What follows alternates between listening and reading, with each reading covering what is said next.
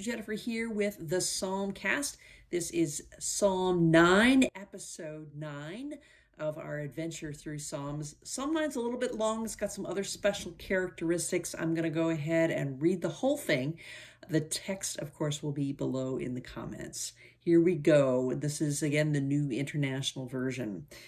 I will praise you, Lord, with all my heart. I will tell of all your wonders. I will be glad and rejoice in you. I will sing praise to your name, O Most High.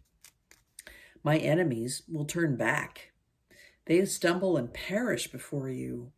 For you have upheld my right in my cause, and you have sat on your throne, judging righteously. You have rebuked the nations and destroyed the wicked. You have blotted out their name forever and ever.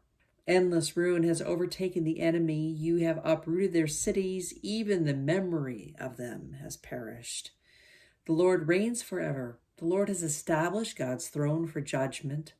God will judge the world with righteousness. God will govern the people with justice. The Lord is a refuge for the oppressed, a stronghold in times of trouble. Those who know your name will trust in you, for you, Lord, have never forsaken those who seek you. Sing praises to the Lord enthroned in Zion.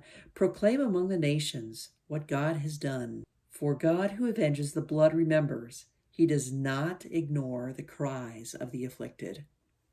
O Lord, see how my enemies persecute me. Have mercy and lift me up from the gates of death, that I may declare your praises in the gates of the daughters of Zion, and where there rejoice in your salvation.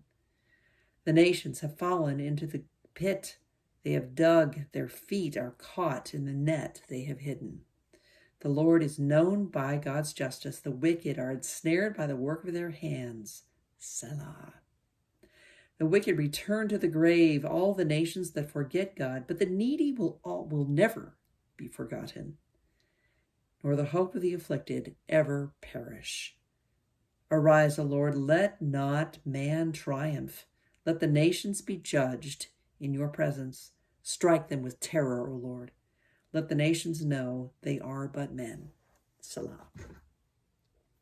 Some scholars believe that Psalm 9 is actually a continuation of Psalm 8, where the psalmist starts out using a poetic trick, and that's called an acrostic. So the idea is you begin with the beginning of the alphabet. In this case, in Hebrew, it's the Aleph, and then go to the Bet, and then go to the Gimel, and then to the Dalet, A, B, C, D in our construction.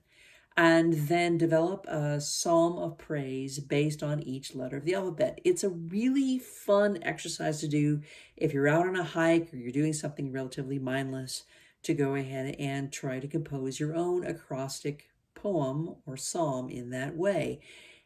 And the thing about doing the acrostic is that being forced into the form, our minds will kind of wander in different directions. So we'll see in this psalm that sometimes the psalmist is talking about enemies, sometimes talking about praise to God. Sometimes those ideas are connected and sometimes they're not. And that's just the poetry, that's the form at work. And it's fine. Not all psalms start with an A and begin at or end at a Z in terms of a conscious train of thought. They start with an A and end with a Z, instead adhering to a poetic form. Does that make the psalm any less significant? No, it's still a psalm of David. It's still a psalm of consideration or concern for victory or blessing being determined as victory in battle, and then a reminder of God's justice and God's promise. So that's it. This psalm appears to be much more about form than it is about telling a coherent story. That's fine.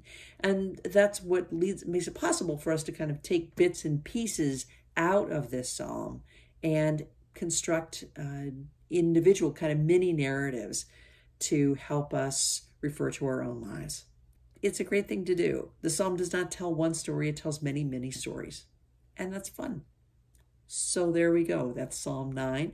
that's the story for today, and we hope that you'll join us again next time for Psalm 10 as we continue our journey through the Psalms. Be blessed and be a blessing.